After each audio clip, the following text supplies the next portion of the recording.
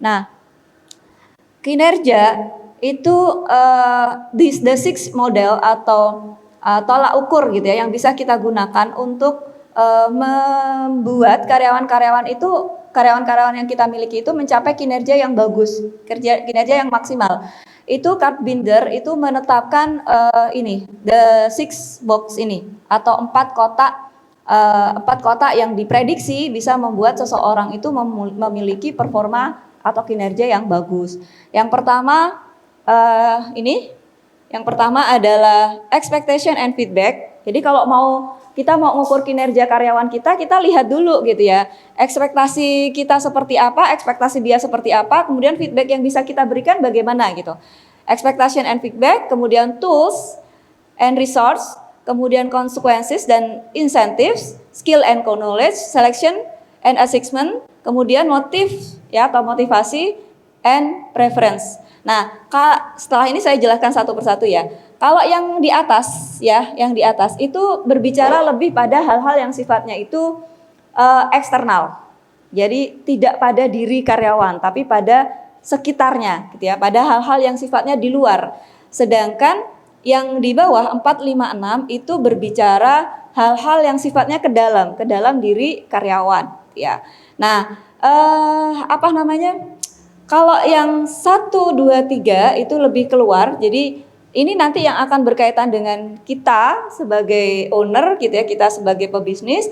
Kemudian individual ini berkaitan dengan pribadi karyawan ya yang harus kemudian kita coba untuk kelola atau olah gitu ya. Nah, ini the six box.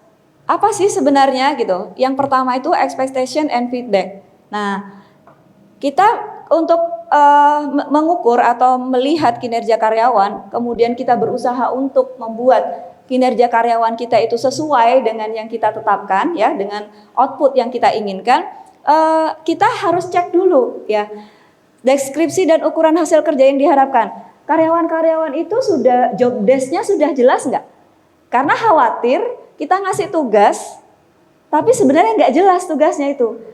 Nggak measurable gitu ya, nggak terukur. Contoh nih misalnya, pernah nggak ada kita dengar gitu ya, seseorang yang mengatakan pada karyawannya atau kepada anak didiknya atau kepada mereka yang yang ada di bawah mereka, kalimat ini tolong ya desain yang bagus, misalnya desainer ya, kita mau merintahkan pada karyawan-karyawan desainer kita dengan kalimat ini desain yang bagus ya gitu.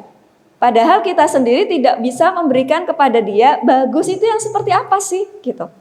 Jadi harus terukur, harus terdeskripsi secara jelas. Kalau misalnya di dapur gitu ya, produksi di usaha yang berbau kuliner misalnya, itu harus jelas. Ini harus enak ya, bikin resep yang enak, bikin masakan yang enak. Nah, enak itu yang seperti apa? Itu harus terukur. Itu harus jelas dulu di awal. Jadi terdeskripsi dengan jelas sehingga ukuran hasil yang diharapkan itu juga jadi jelas gitu ya. Kemudian informasi yang namanya ekspektasi and feedback itu informasi atau ekspektasi yang jelas dan relevan tentang cara melakukan pekerjaan. Jadi job desk yang sudah kita berikan pada dia itu harus disertai dengan uraian. Ini bisa kamu lakukan dengan cara begini, dan begini. Itu harus detail gitu ya. Karena teman-teman, karyawan-karyawan yang kita miliki itu seperti yang pernah saya sampaikan sebelumnya, itu latar belakangnya berbeda-beda. Ya, apalagi untuk kita yang mungkin ketika meng-hire mereka gitu ya, ketika merekrut mereka itu tidak dilakukan psikotes yang benar-benar mendalami karyawan itu sampai IQ-nya kayak gitu ya. Sampai IQ-nya kita jarang ya mungkin kita melakukan seperti itu, kecuali untuk perusahaan-perusahaan yang memang sudah growth misalnya ya, kaliber ya sudah terkenal gitu ya, sudah punya nama gitu. Nah, untuk kita yang jarang melakukan itu harus detail, karena siapa tahu karyawan-karyawan itu karyawan kita bukan tipe yang mereka itu mudah menyerap informasi gitu ya, mudah menyerap informasi. Ada karyawan-karyawan yang sekali dikasih tahu itu langsung paham. Ada karyawan-karyawan yang butuh 2 kali untuk jadi paham. Ada juga yang butuh 3 kali atau lebih untuk jadi paham gitu. Ya, jadi kita harus detailkan itu. Sebenarnya informasi atau deskripsi atau desk jobnya itu apa, kemudian hasil yang kita inginkan itu yang seperti apa, ya itu harus detail. Kemudian setelah itu kita juga perlu memberikan umpan balik yang relevan, ya. Umpan baliknya harus relevan. Artinya kesalahannya di mana, ya kita beri umpan balik terhadap kesalahan itu, gitu ya. Kemudian disampaikan pada waktu yang tepat beberapa kali secara konkret dan positif tentang kinerja. Di sini ada kalimat kita harus menyampaikan umpan balik itu secara positif. Jadi tidak dengan emosi misalnya gitu ya. Kadang-kadang kan kalau karyawannya tipikal yang dikasih tahu berkali-kali nggak bisa-bisa gitu ya. Nah, kan kita kepancing gitu ya. Nah, harusnya kita mampu membuat diri kita itu cukup profesional gitu ya ketika menyampaikan kesalahan-kesalahan atau hasil kerja yang kita anggap itu tidak kurang memuaskan ya. Jadi beberapa kali secara konkret dan positif ya tentang kinerja. Kemudian kita berikan saran-saran membangun untuk pengembangan dan umpan balik untuk perbaikan. Jadi harus jelas kesalahannya di mana, kemudian mereka harus bagaimana, kemudian kita kasih saran-saran ya. Coba buka, misal nih, baca buku yang ini, misalnya gitu ya.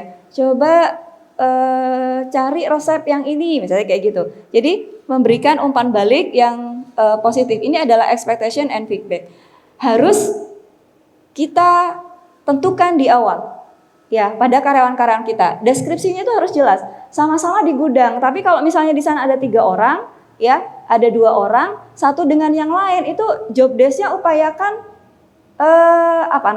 upayakan job desk-nya itu jelas. Kalau memang job desk itu akan berbeda satu dengan yang lain, mungkin yang satu ini daya ingatnya kuat, misalnya gitu ya. Yang satu ini daya ingatnya lemah, tapi dia cak-cak gitu ya, cepet gitu ketika harus melaksanakan tugasnya. Nah, itu pastinya ininya akan berbeda ya, tugas dan tanggung jawabnya kita berikan berbeda.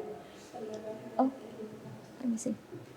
Tuh, ini expectation and feedback. Jadi harus kita tentukan dulu ekspektasi kita seperti apa dengan mendeskripsikan job desk-nya,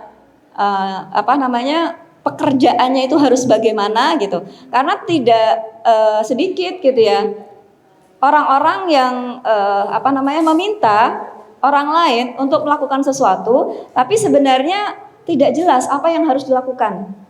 Udah nih tak kasih modal, kamu buat ini yang enak gitu. Nah, ukuran enak, bagus, itu kan sesuatu yang sangat relatif ya. Enak, bagus, kemudian apa lagi?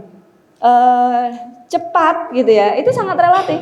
Ada orang yang merasa bahwa aku itu loh wes garap secepat mungkin, tapi kok masih kurang cepat menurut bos saya gitu ya. Nah, itu harus terukur. Cepat itu berapa menit? Gitu.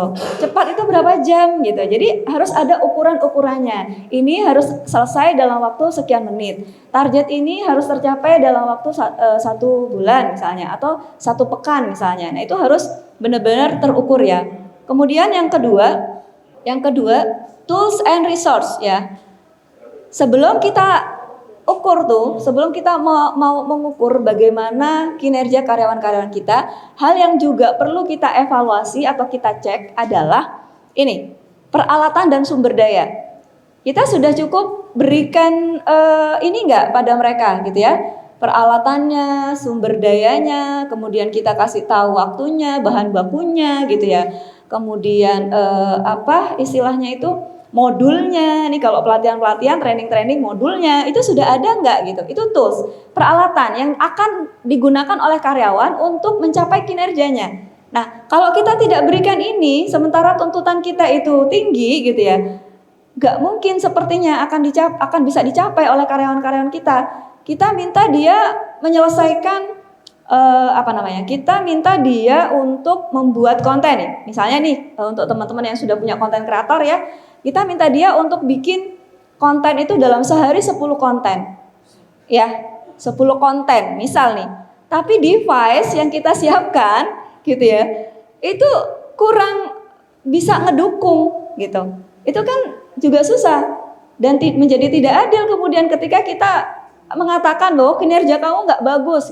Saya sudah kasih target yang pertama ya, job desk-nya udah jelas, saya sudah kasih target, tapi ini nggak ada gitu. Intinya terbatas ya toolsnya. Jadi harus kita siapkan juga untuk mendukung ini kinerja dia itu sesuai dengan ekspektasi kita gitu ya. Jadi peralatan, sumber daya, waktu, bahan baku gitu. Dan dirancang untuk mendukung hasil kerja yang optimal dan memberikan kenyamanan gitu ya. Kita minta dia untuk bekerja fokus gitu ya, harus fokus nih kerjaannya, nggak boleh kemana-mana gitu ya. Tapi gitu ya, tempat kerja dia itu adalah tempat di mana dia memang nggak akan bisa fokus, lalu lalang orang di sekitarnya gitu ya. Kita sendiri sebagai owner sering ngajakin ngobrol gitu ya, jadi nggak bisa fokus, nggak tuntas, nggak selesai gitu. Kemudian personel yang mencukupi ini contohnya ya, jadi selain peralatan, sumber daya, personel yang mencukupi untuk mendukung kinerja kelompok yang efisien ya. Kemudian juga ada akses pada pembina. Kalau ini adalah kita adalah mentor, kita adalah owner sekaligus mentor gitu ya. Mentor untuk dia itu harus ada akses gitu. Sehingga ketika dia itu tidak paham terhadap apa yang harus dia kerjakan, dia mudah gitu ya. Kita minta dia memberikan kinerja yang bagus, tapi ketika kita ditanya oleh dia, kita hanya jawab, coba googling gitu ya. Coba googling. Coba cari sendiri gitu, ya.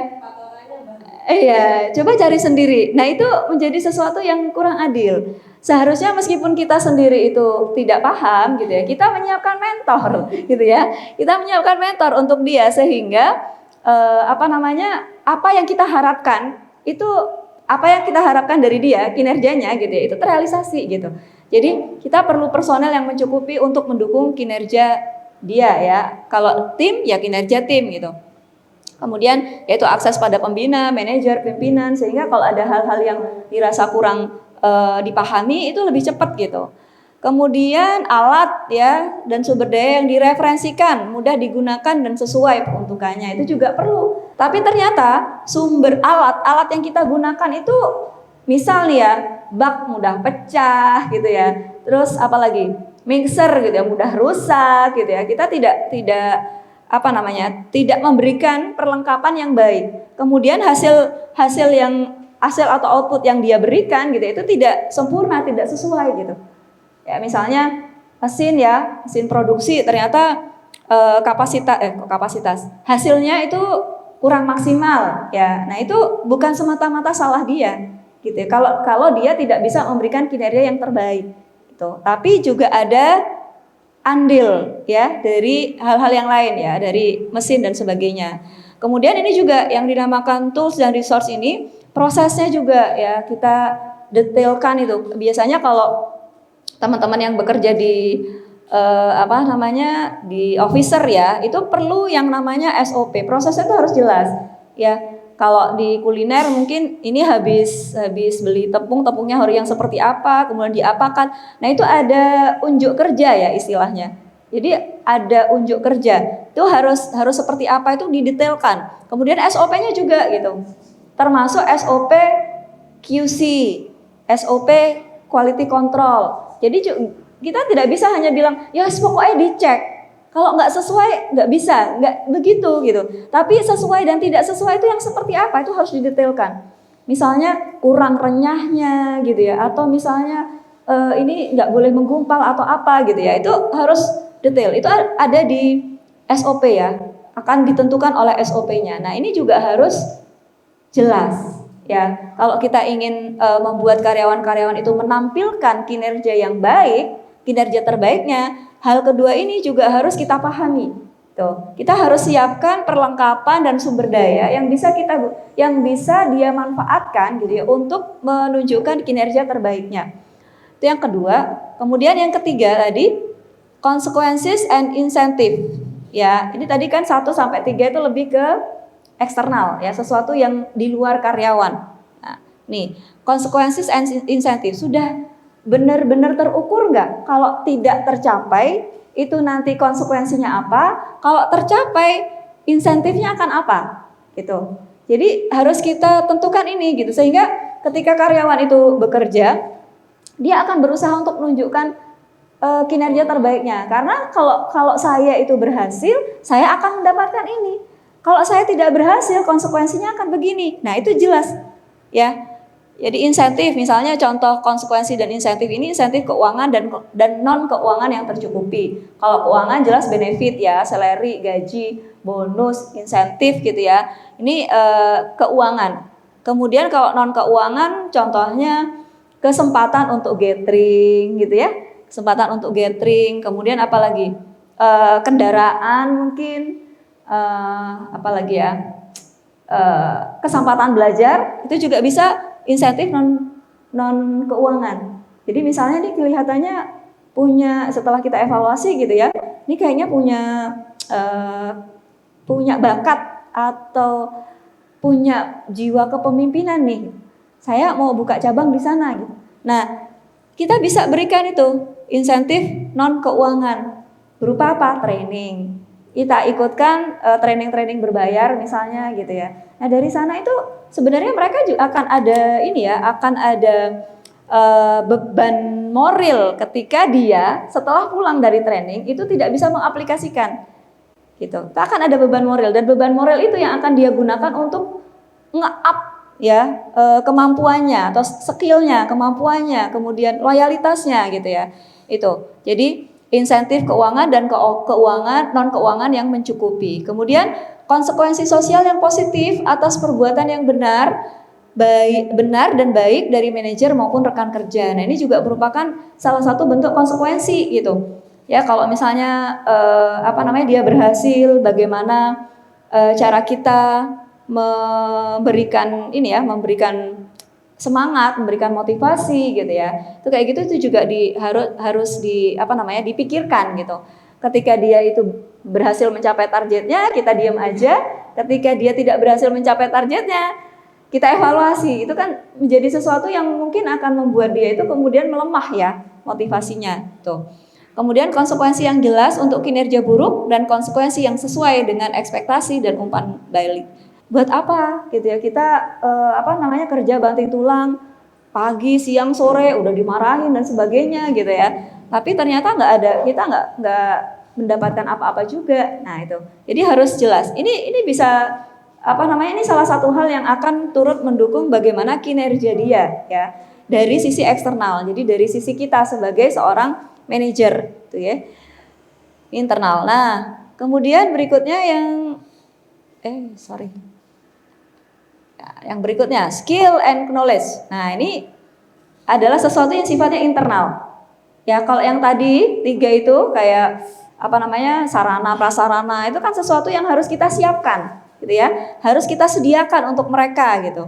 Nah, kalau yang ini ada faktor-faktor yang sifatnya internal. Yang kalau itu tidak kita pahami, tidak kita kelola gitu ya, bisa jadi akan membuat kinerjanya menjadi menurun gitu. Yang pertama yang berkaitan dengan internal itu adalah skill dan knowledge ya. Jadi bagaimana teman-teman karyawan itu skillnya itu dikembangkan. Udah rajin, udah pinter nih gitu ya. Udah pinter ngolah makanan, udah pinter memanage keuangan misalnya gitu ya. Kalau di tempat kerja kita ada bagian keuangan sendiri gitu ya. Nah, gimana caranya supaya kinerjanya itu terus bagus? Karena teman-teman yang namanya manusia itu kan up and down ya kadang-kadang. Nah, ketika dia ada sesuatu yang membuat dia kemudian down, bisa aja kemudian terjadi yang namanya burnout gitu, kelelahan kerja. Ya, burnout atau kelelahan kerja. Dia bagus sebenarnya, skillnya oke gitu. Tapi karena dia ngerasa gini-gini aja ya, gitu ya. Kok rasanya hidup itu ya sebegini-begini aja gitu. Dia berarti kan merasa tidak ke up to gitu ya. Tidak ada hal yang bisa diperbaiki gitu dari dirinya gitu ya. Nah, itu bisa itu kemudian dia memilih untuk karena sudah ngerasa burnout, sudah lelah gitu ya dengan hal yang begitu-begitu aja, dia kemudian memilih untuk keluar, untuk resign misalnya, untuk nyari pengalaman baru.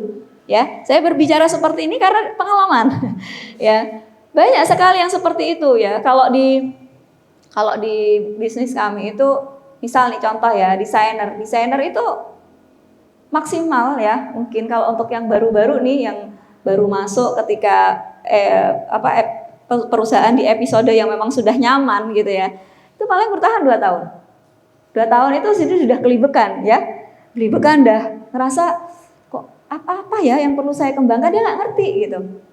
Dan pihak ketika pihak owner atau manajemen gitu ya tidak menangkap ya informasi ini gitu ya, bahwa dia ngerasa lelah, bahwa dia ngerasa nggak berkembang gitu ya. Nah siap-siap ucul gitu ya. Ya memang mungkin kita nggak masalah gitu ya. Toh kita bisa rekrut lagi, tapi ingat biaya rekrutmen itu juga tidak murah gitu ya. Biaya rekrutmen juga tidak murah. Kalaupun kita bisa menutup biaya itu, belum tentu kita akan mendapatkan karyawan yang mungkin seperti dia. Ya, utamanya di sisi penyesuaian diri dengan budaya perusahaannya, kayak gitu ya. Jadi ada banyak hal yang kemudian harus kita pertimbangkan ketika kita mau mengembangkan karyawan ya. Jadi ini pelatihan itu harus dirancang untuk mendorong kinerja sesuai dengan contoh karyawan yang layak dicontoh. Jadi misalnya ada karyawan yang memang menurut kita panutan gitu ya. Sedangkan ini ada karyawan yang susah sekali bisa sama dengan dia. Nah, itu kita harus siapkan tuh gitu. Kita harus rancang ya. Gimana caranya gitu ya supaya dia itu minimal gitu ya sama dengan dia, meskipun nggak 100%, minimal 80%-nya lah. Minimal cara dia berbicaranya nih kalau CS ya, minimal cara dia tersenyumnya tuh sama dengan CS yang lain misalnya gitu.